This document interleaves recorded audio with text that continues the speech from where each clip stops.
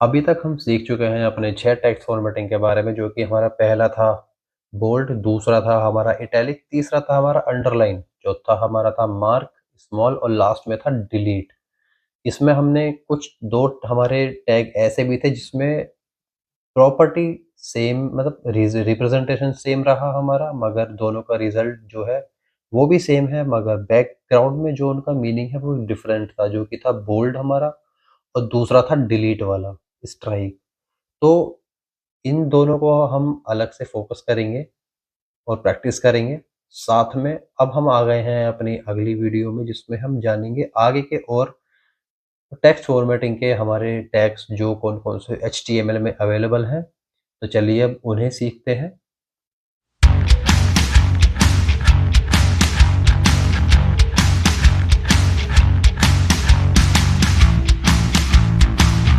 तो hey guys, welcome back to Pixel Coder, और ये वाला होने वाला है हमारा वेब डेवलपमेंट सीरीज का अगला वीडियो, जिसमें हम सीख रहे होंगे फॉर्मेटिंग, टेक्स्ट फॉर्मेटिंग के आगे के कुछ और नए टैग वगैरह, और जानेंगे कि उनका क्या यूज़ है और कहाँ यूज़ है।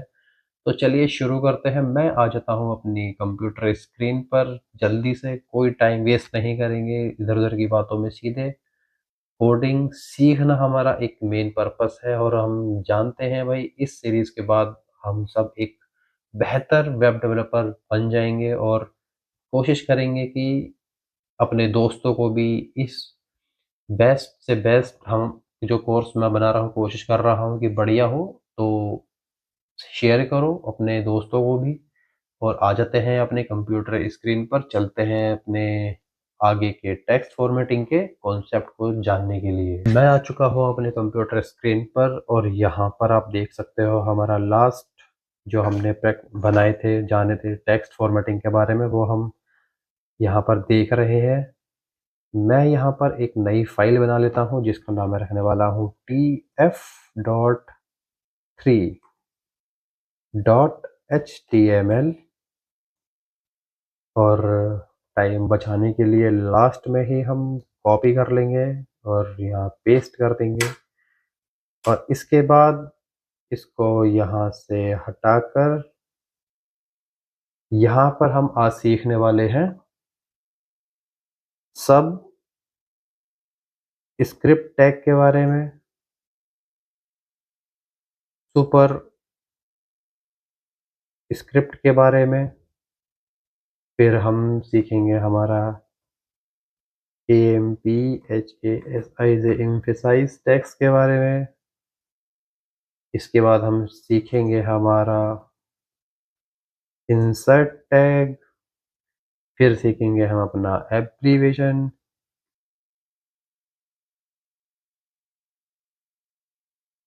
और इन सबसे पहले हम सीखेंगे अपना ब्रेक टैग और हॉरिजॉन्टल टैग के बारे में। तो चलिए शुरू करते हैं। सबसे पहले मैं आ जाता हूँ अपना, इसको थोड़ा क्लीन कर लेता हूँ मैं। अब आ जाते हैं, जानते हैं सब स्क्रिप्ट क्या होता है हमारा। बहुत से जगहों पर हमको अपना क्या चाहिए होता है, जैसे कि हम लिख रहे हैं कोई केमिकल का फॉर्मूला, फॉर एग्जांपल H2O में लेता हूँ, तो सिंपल अगर मैं लिखता हूँ H2 ओ, P टैग के अंदर H2O, H20 कर दिया, H2O, तो क्या हमारा ये जो कोड है जैसा हम चाहते हैं वैसा दिखाई देगा?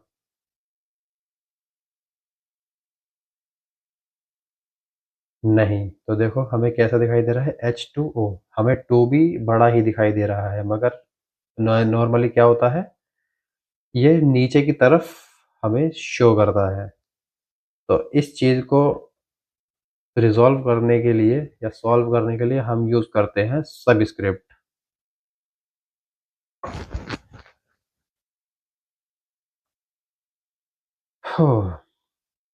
तो वही SUB सब अब इसमें हम लिख देंगे 2 और सेव कर देंगे।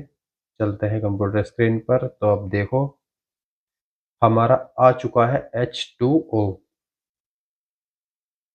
अब इसके बाद हम चलते हैं बी आर टैग लगा के फिर से पी टैग हम बनाएंगे, जिसमें हम जानेंगे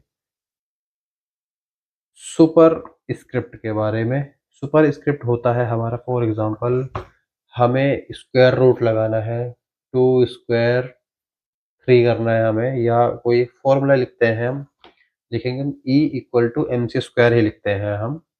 तो E equals to M C square, save करा हमने। चला अब क्या आया, E equal to M C square. तो आप देख सकते हो भाई, ये हमारा नॉर्मल ही आ रहा है। बी आर हम हटा देते हैं, डबल डबल लाइन शो हो रही होगी। पी टैग हमारा ब्लॉक एलिमेंट है। ब्लॉक एलिमेंट क्या होते हैं, लाइन इनलाइन एलिमेंट क्या होते हैं, हम अगले वीडियो में जानेंगे। हम अगले नहीं, 2-4 वीडियो के बाद ही जान पाएंगे। अभी तो टेक्स्ट फॉर्मेटिंग सीख रहे हैं। तो A M C E equal to M C square. अब मुझे क्या करना है, इस 2 को जो है ऊपर लेके जाना है, तो उसके लिए हम यूज करते हैं सुपर स्क्रिप्ट SUP।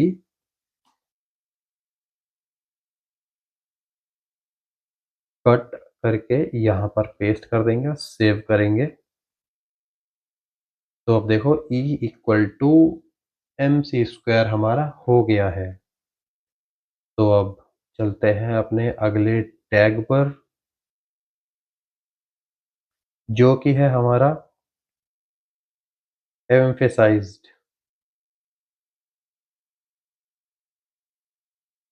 और इसको हम रिप्रेजेंट करते हैं EM से। P टैग हम ले लेंगे, इसके अंदर हम लिखेंगे IMPHASIZED, एम्फेसाइज्ड टेक्स्ट। और इसको EM से इनक्लोज कर देंगे और चलेंगे अपने कंप्यूटर स्क्रीन पर। और ये देखो, ये थोड़ा इटैलिक की तरह हो गया। फिर वहीं पे वो आ जाता है हमारा इटैलिक, रिप्रेजेंटेशन के लिए होता है। एम्फेसाइज उस वर्ड को मोर एम्फेसाइज करने के लिए, मतलब जैसे जोर दे के बोलना होता है ना, उसको इस तरीके से हम रिप्रेजेंट करते हैं, जो सिस्टम को समझ में है कि हाँ भाई इसको हमें फोकस करना है, ये एक इम्पोर्टेंट वर्ड है।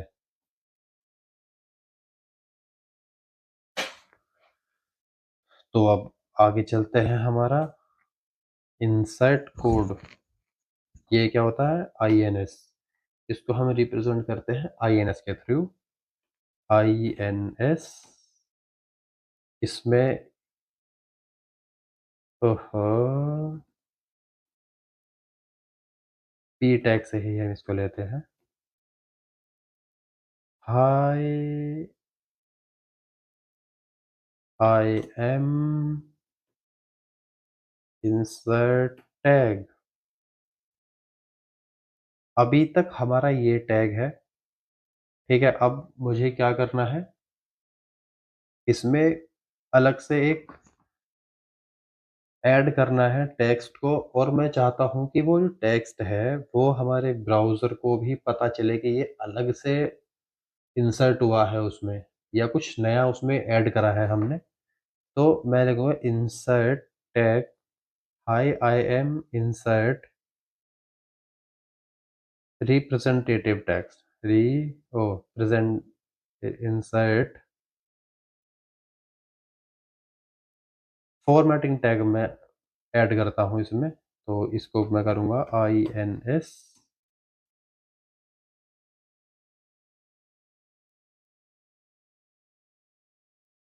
तो इसको मैंने ऐड कर दिया, I am insert formatting tag. अब इसमें हमें अलग से पता चल गया कि हाँ भाई ठीक है, इंसर्ट फॉर्मेटिंग टैग हाईलाइट भी हो गया। साथ में ब्राउज़र को भी पता चल गया कि हाँ भाई ये जो टेक्स्ट है ये अलग से इंसर्ट हुआ है इसमें,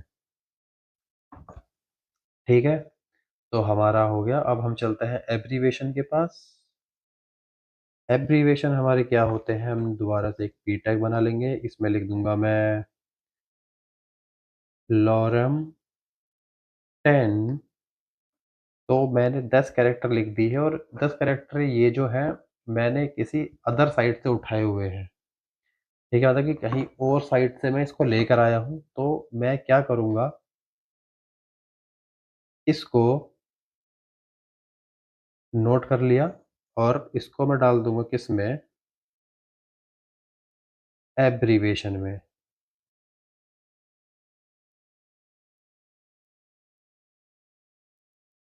ये हो गया। और साथ में मैं इसमें क्या करूँगा,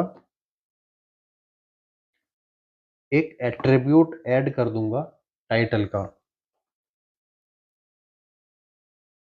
मैं कहाँ से लेके, फॉर एग्ज़ाम्पल मैं इसको, ये आया है गूगल से, और मैंने इसको सेव कर दिया। और चलते हैं अपनी कंप्यूटर स्क्रीन पर, और ये देखो ये एक अंडरलाइन की तरह आ गया। और मैं इसको अगर होवर करता हूँ मैं, तो इसने मुझे एक टूल टिप दे दिया, ये आया है गूगल से। तो एब्रीवेशंस इनके लिए यूज होते हैं, मार्क करने के लिए, ये बताने के लिए कि सोर्स कहाँ से है इसका, जो भी कंटेंट हमने ऐड करा है। ठीक है, और एब्रीवेशन हो गया। तो अभी तक हमने जाना subscript, superscript, emphasised, insert, tag क्या होता है हमारा, और लास्ट में हमने जाना एब्रीवेशन टैग। अभी तक हमने अपने कुछ और नए टेक्स्ट फॉर्मेटिंग टेक्स्ट देखे, समझे, और उनको हमने एग्जाम्पल के थ्रू नोट भी करा कि किस किस तरीके का उनका आउटपुट आता है। और अब चलते हैं अपने और अदर कुछ टेक्स्ट फॉर्मेटिंग की तरफ। तो मैं वापस से इस अपने कंप्यूटर स्क्रीन पर चलूँगा और उनको भी इसी ही वीडियो में दोबारा दोबारा नहीं, मतलब और ऐड करते हैं, क्योंकि वरना इतने हैं कि यार मतलब बहुत, एक वीडियो और बनानी पड़ेगी। और मैं चाहता हूँ कि अगली वीडियो में इसको टेक्स्ट फॉर्मेटिंग के हम कॉन्सेप्ट को अगली वीडियो में ख़त्म कर दें। तो चलिए शुरू करते हैं, हम चलते हैं फटाफट से अपने कंप्यूटर स्क्रीन पर और जानते हैं अपने और टेक्स्ट फॉर्मेटिंग के टैग्स को। तो एक बार फिर मैं अपने कंप्यूटर स्क्रीन पर आ चुका हूँ, और यहाँ पर अब हम जानेंगे और हमारे HTML टैग्स जो कि डिफाइन करते हैं हमारे टेक्स्ट फॉर्मेट को। तो सबसे पहला टैग है हमारा हॉरिजॉन्टल टैग। हॉरिजॉन्टल टैग का काम क्या होता है कि एक सिंपल लाइन दे देना हमारे किसी भी टेक्स्ट के बीच में। और यहाँ पे सबसे पहले मैं डाल रहा हूँ HR टैग, जिसको हम रिप्रेजेंट करते हैं HR से।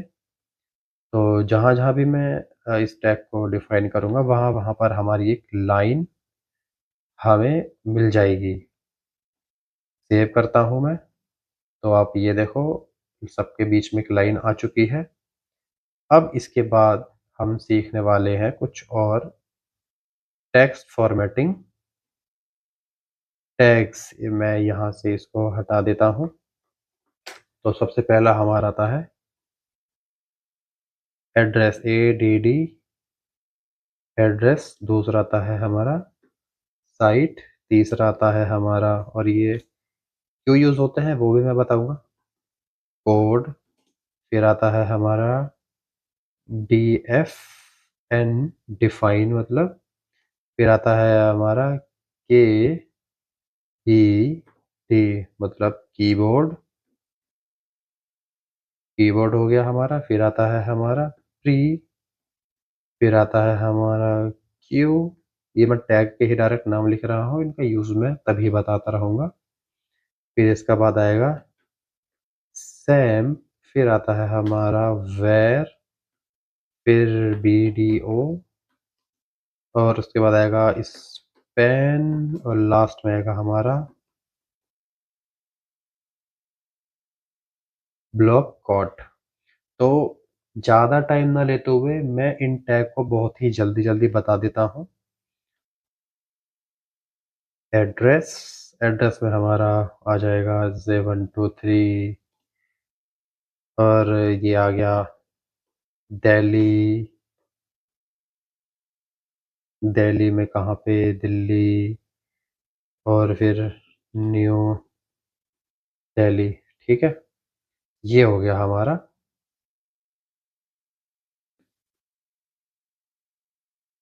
Pin code. ठीक है, ये हो गया हमारा एड्रेस। मैं इसको करता हूँ सेव, चलता हूँ अपने। तो एड्रेस आप देखो इटैलिक में होता है, मगर हमारे एसईओ पार्ट में जब भी हम इसको देखेंगे तो उसको पता चलेगा कि हाँ भाई ये एड्रेस है। तो ये सिस्टम को बताने के लिए कि जो हमारा टेक्स्ट है वो एक्चुअल में कौन सा है, तब के लिए भी ये यूज होते हैं। तो जब भी आपको कोई भी आइटम इटैलिक में चाहिए और आप चाहते हैं कि वो हमारे सर्च इंजन ऑप्टिमाइजेशन के लिए टाइम पे पता रहे कि ये एड्रेस है, या ये कटा हुआ है, या स्ट्राइक है, या अलग से इंसर्ट हुआ है, या कुछ भी है, तो आप उसको डिफाइन कर सकें इजी वे में। ठीक है, तब इसके बाद हमारा आता है साइट। ये भी हेलो, तो आई एम साइट टैग, ये भी हमारा आ जाता है इटैलिक में ही। और इसके बाद हम चलते हैं कोड। कोड के अंदर फॉर एग्जांपल हमारा कोड आ जाएगा जैसे कि H1, H1,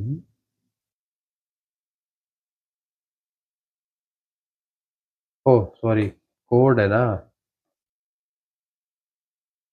where x equal to 5। तो कोई भी प्रोग्रामिंग का कोड हमको अगर शो करना है अपने विंडो स्क्रीन पर, तो हम तब इस्तेमाल करेंगे कोड का, जो कि डिफाइन करता है हमारे प्रोग्रामिंग कोड के किसी भी ब्लॉक को। तो हमने इसको सेव करा और ये आ गया हमारा लिखा हुआ। इसके बीच में भी हम यार HR टैग डाल देते हैं ताकि हमें पता रहे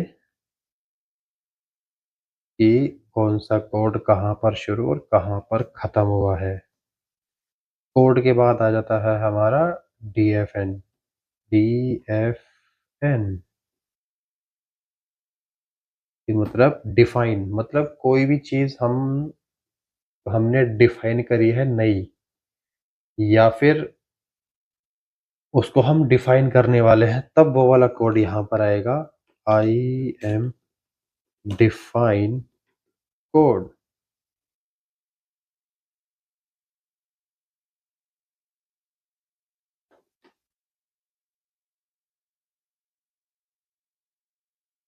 ये भी हमारा इटैलिक से ही शो हुआ है, मगर हमारे सिस्टम को पता चल जाता है इससे कि भाई ये जो कोड है ये डिफाइन करा गया है या करा जाएगा।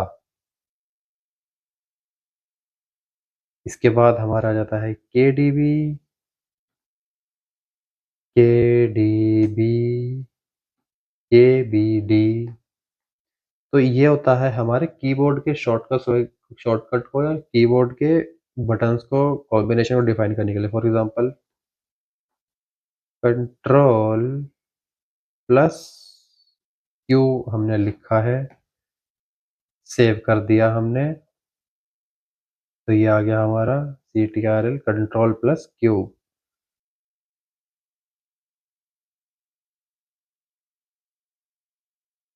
अब हम आगे चलते हैं। HR के बाद आ जाता है हमारा प्री।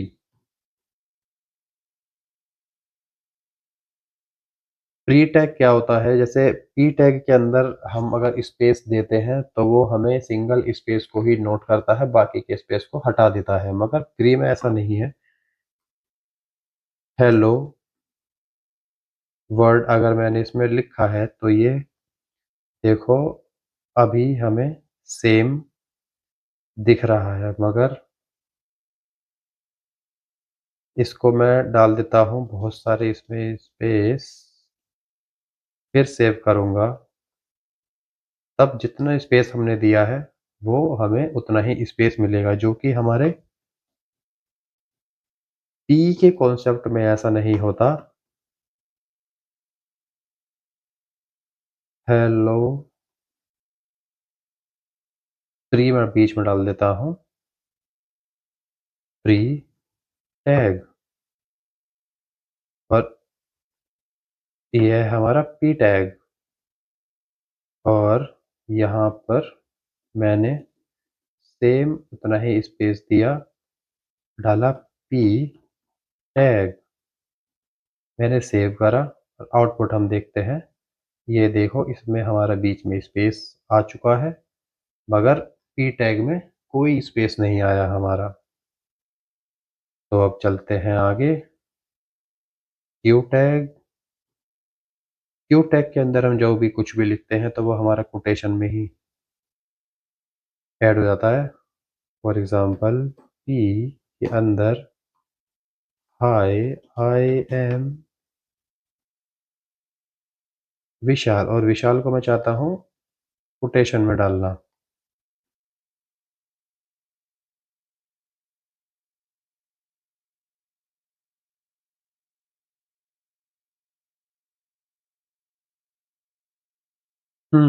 तो देखो, अब विशाल के दोनों तरफ डबल कोट्स आ चुके हैं। अब हम चलते हैं अपने अगले टैग की तरफ, जो कि है सैंपल।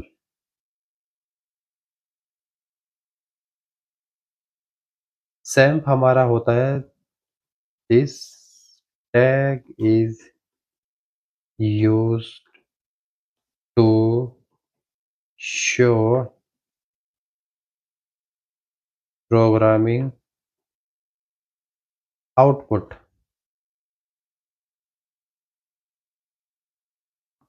सैंपल के बाद वेर हमारा यूज होता है, this tag is used to define variable.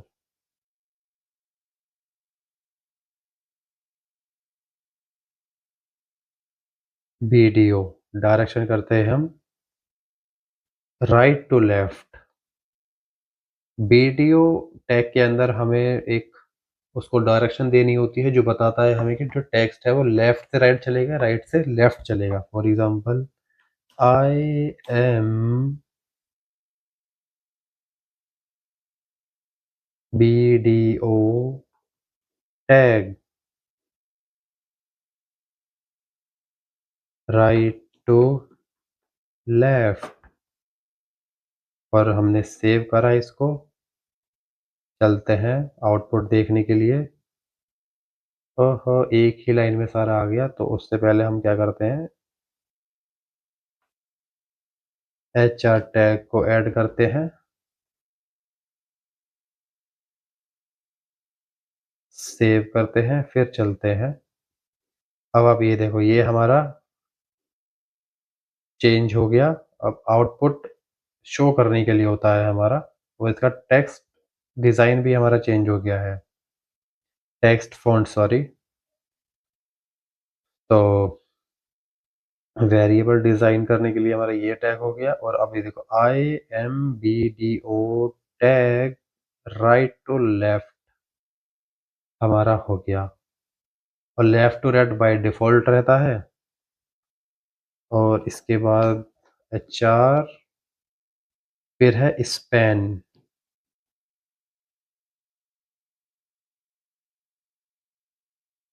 I I am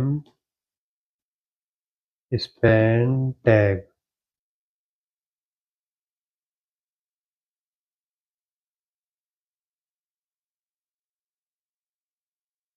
span का काम ये कुछ नहीं होता, बस पैराग्राफ में किसी भी चीज़ को और एडिशनल प्रॉपर्टी देने के लिए होता है। फॉर एग्जांपल, पैराग्राफ के अंदर कोई शब्द है, हमें उसको सिर्फ एक पैराग्राफ के अंदर पर्टिकुलर शब्द को ही हमें फॉर्मेट करना है, डिज़ाइन करना है, या कोई भी फंक्शन उस पे लगाना है तब हम स्पेन टैग करते हैं, क्योंकि वो इनलाइन ब्लॉक एलिमेंट है तो ज़्यादा स्पेस नहीं लेता। जब जितना उस वर्ड ने स्पेस ले रखा होगा उतना ही ये अपना स्पेस लेता है, कोई फालतू स्पेस नहीं लेता। तब स्पेन यूज, जब हम प्रोग्रामिंग में प्रैक्टिकल कोई प्रोजेक्ट बना रहे होंगे तब हम इन सभी का और एक्चुअल अच्छे से जान पाएंगे कि किसका कहाँ यूज है। तो अभी आगे चलते हैं। हमारा लास्ट होता है ब्लॉक कोड 4। अब BLOCK ब्लॉक कोड्स के अंदर जो भी हम कंटेंट लिखते हैं वो हमारा थोड़ा सा आगे आता है, मतलब एक्चुअल स्पेस से थोड़ा सा आगे को हम शिफ्ट हो जाता है अपने आप। लॉरम इनटू 5 लाइन में लेता हूँ, इसमें सेव करता हूँ। अब ये देखो, जैसे यहाँ से हमारा इतना एक स्पेस छोड़ के तब आगे ये हमारा यूज होता है ब्लॉक कोड के लिए। तो आज की वीडियो में इतना ही। अब हम चलते हैं अपने अगली वीडियो की तरफ और जानते हैं उसमें हमारा क्या टॉपिक रहेगा। या अभी ही मैं बता देता हूँ, अगली वीडियो में हम जानने वाले हैं एट्रीब्यूट के बारे में, कि हमारे एट्रीब्यूट क्या होते हैं, क्यों उनका यूज होता है और कहाँ उनका यूज होता है। और ये टॉपिक बहुत ही ज़्यादा ज़रूरी होता है किसी भी डेवलपर के लिए, क्योंकि आप कोई भी साइट बनाओगे आपको एट्रीब्यूट्स के बिना आप फ्रंट एंड डिज़ाइनिंग तो कर ही नहीं सकते। ये हमें यूज़ करना ही करना, मतलब बहुत ज़्यादा इम्पोर्टेंट एक ये टॉपिक है। तो मैं चाहता हूँ कि आप इसको ज़रूर ज़रूर ज़रूर देखें। तो आज की वीडियो में हमने सीखा टेक्स्ट फॉर्मेटिंग का, और ये हमारी लास्ट वीडियो थी टेक्स्ट फॉर्मेटिंग के ऊपर। हमने इसमें सभी टेक्स्ट के जितने भी टैग थे सब निपटा दिए हैं आज। तो अगली वीडियो से हम सीखने वाले हैं एट्रीब्यूट के बारे में। तो मिलते हैं हम अगली वीडियो में। बने रहिए मेरे यूट्यूब चैनल मिक्सिंग कोड में, वो सॉरी मिक्सिंग कोडर में। तो सीखते रहिए। आपको मेरे लेक्चर पसंद आ रहे हैं और आपको समझ में आ रहे हैं, कॉन्सेप्ट क्लियर हो रहे हैं, तो मेरे चैनल को सब्सक्राइब कर लो, लाइक कर लो, कमेंट कर लो, और मुझे बताओ कि भाई हाँ मुझे मज़ा आ रहा है। कमेंट में डाल दो थम्स अप, और जिससे मुझे भी और आगे वीडियो बनाने का मोटिवेशन मिलता रहे। और तो और साथ में बताओ कि और कोई नया टॉपिक या कोई डाउट, मुझे सब बताओ भाई, कमेंट में भर दो। कमेंट क्वेश्चन से आपको तभी के तभी थोड़ी ही देर में आपको सबका रिजॉल्व सॉल्यूशन मिलता रहेगा। तो मिलते हैं अपनी अगली वीडियो में।